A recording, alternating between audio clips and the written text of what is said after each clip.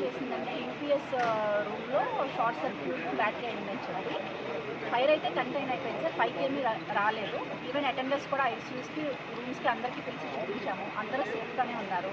Fire department వాళ్ళు కూడా evacuate చేయాల్సిన అవసరం లేదని చెప్పారు. -1 బైక్స్ ఉంటాయి, పైనేమో కార్స్ ఉంటాయి. ఈ -1 ఈ 0లో మాత్రమే ఇది జరిగింది.